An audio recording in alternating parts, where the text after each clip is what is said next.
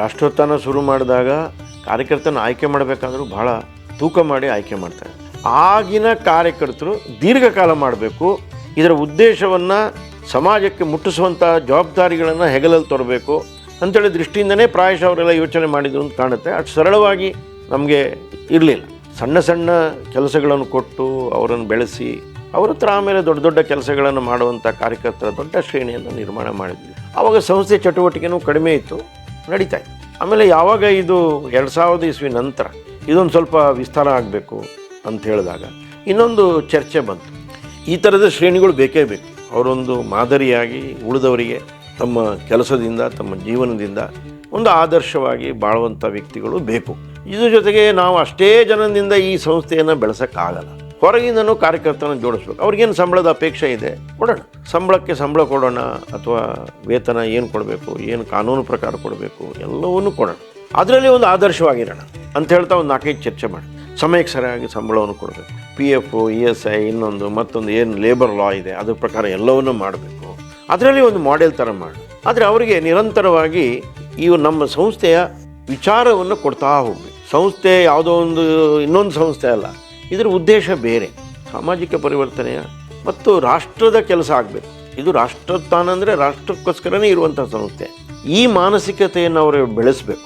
ಅದಕ್ಕೋಸ್ಕರ ಬೇರೆ ಬೇರೆ ತರಬೇತಿಗಳು 3 ತಿಂಗಳಿಗೊಂದು ಸಲ, 4 ತಿಂಗಳಿಗೊಂದು ಸಲ, ಒಂದು ಬೇರೆ ಕಡೆ ಹೋಗಿ ಅಲ್ಲಿ ಕೂತ್ಕೊಂಡು 1-2 ದಿವಸ, ಈಗ 10 ಮೀಟಿಂಗ್ಗಳು, ಆಯ್ಕೆ ಮಾಡಿದಂಥ ಕೆಲವು ವ್ಯಕ್ತಿಗಳ ಜೊತೆಗೆ ದಿನಗಟ್ಟಲೆ ಮೀಟಿಂಗ್ಗಳು, ಚರ್ಚೆಗಳು. ಅಂದರೆ ಅದು ಹೇಗೆ ಮಾಡ್ತಿದ್ದೀವಿ ಅಂದರೆ, ಒಂದು ಯೋಜನೆಯನ್ನು ಒಂದು 4-5 ಜನ ಯೋಚನೆ ಮಾಡಿದ್ದನ್ನು ಆ ಸಭೆಯಲ್ಲಿಟ್ಟು ಎಲ್ಲರೂ ಚಿಂತನೆ ಭಾಗಿಗಳಾಗುವ ರೀತಿಯಲ್ಲಿ ಮಾಡಿದಾಗ ಅವರು ಅದರಲ್ಲಿ ತೊಡಗುವಿಕೆಯ ಅಂಶವನ್ನು ನಾವು ನೋಡಿದ್ವಿ. ಮತ್ತು ಒಟ್ಟು ರಾಷ್ಟ್ರೋತ್ಥಾನಕ್ಕೆ ಮೇಲ್ಪಂಕ್ತಿ ಹಾಕಿದಂಥ ಹಿರಿಯರ ದೊಡ್ಡ ದೊಡ್ಡವರ ವ್ಯಕ್ತಿಗಳದ್ದು ಜೀವನ ಇದೆಲ್ಲ ನಾವು ಪರಿಚಯ ಮಾಡಿದ್ದು. ಅವರು ಯಾವ್ಯಾವ ಸಂದರ್ಭದಲ್ಲಿ ಹೇಗೆ ಮಾಡಿದರು ಈ ಕೆಲಸವನ್ನು, ಏನು ಇಲ್ಲದಂಥ ಸಂದರ್ಭದಲ್ಲಿ ರಾಷ್ಟ್ರೋತ್ಥಾನವನ್ನು ಇಷ್ಟು ಹೇಗೆ ಬೆಳೆಸಿದರು, ಆ ದೂರದೃಷ್ಟಿತ್ವ ಹೇಗಿತ್ತು, ಇದನ್ನು ಹೇಳಿದರ ಪರಿಣಾಮವಾಗಿ ಯಾರು ಉದ್ಯೋಗಿಗಳಾಗಿ ಬಂದರೋ, ಉದ್ಯೋಗಿಗಳಾಗೇ ಇದ್ದರೂ ಅವರ ಮಾನಸಿಕತೆಯಲ್ಲಿ ಅವರು ಸಂಸ್ಥೆಯ ಒಂದು ಭಾಗವಾಗಿ ಬೆಳೀತಾರೆ. ಈ ಪ್ರಕ್ರಿಯೆ ನಮಗೆ ರಾಷ್ಟ್ರೋತ್ಥಾನಕ್ಕೆ ತುಂಬ ಯಶಸ್ವಿ ಕೊಟ್ಟಿದೆ.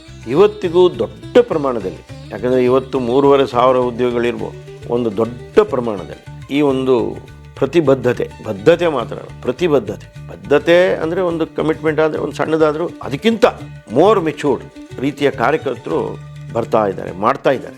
ಇಲ್ದಿದ್ರೆ ಈ ಸಂಸ್ಥೆ ಈ ರೀತಿ ಬೆಳೀಲಿಕ್ಕೆ ಸಾಧ್ಯನೇ ಇರಲಿಲ್ಲ. ಬರೀ ಒಂದು 4-5 ಜನ ಇದ್ದ ಸಂಸ್ಥೆ ಇವತ್ತು ಇಷ್ಟು ದೊಡ್ಡದಾಗಬೇಕಾದ್ರೆ ಈ ರೀತಿಯ ಕಾರ್ಯಕರ್ತರ ದೊಡ್ಡ ಶ್ರೇಣಿ ನಮ್ಮ ಮುಂದೆ ಇದೆ, ಭಾಳ ದೊಡ್ಡ ಶ್ರೇಣಿ. ಹಿಂದೆ ಉದ್ಯೋಗಿಗಳಾಗಿ ಬಂದವರು ಇವತ್ತು ಅವರನ್ನು ಮ್ಯಾನೇಜಿಂಗ್ ಕಮಿಟಿಗೆ ತರ್ತಾ ಇದ್ದೀವಿ, ಅವ್ರಿಗೆ ಹೆಚ್ಚು ಕೆಲಸ ಕೊಡ್ತಾಯಿದ್ವಿ. ನನಗೆ ಆಶ್ಚರ್ಯ ಆಗ್ತಾಯಿದೆ, ಸಾಮಾನ್ಯ ವ್ಯಕ್ತಿಯಾಗಿ ಬಂದಂಥವನು ಇವತ್ತು ಮ್ಯಾನೇಜಿಂಗ್ ಕಮಿಟಿ ಸದಸ್ಯ. ಇದು ಒಂದು ಕಡೆ ಇರಲಿ, ಸಂಬಳ ಇನ್ನೊಂದು ಅದು ಕೊಡ್ತೇವೆ, ಅವರಿಗೆ ವ್ಯವಸ್ಥೆ, ಮನೆಗೆ ಆಗಬೇಕಾದ ವ್ಯವಸ್ಥೆ ಅದೆಲ್ಲವೂ ಪ್ಯಾರಲಲಿ.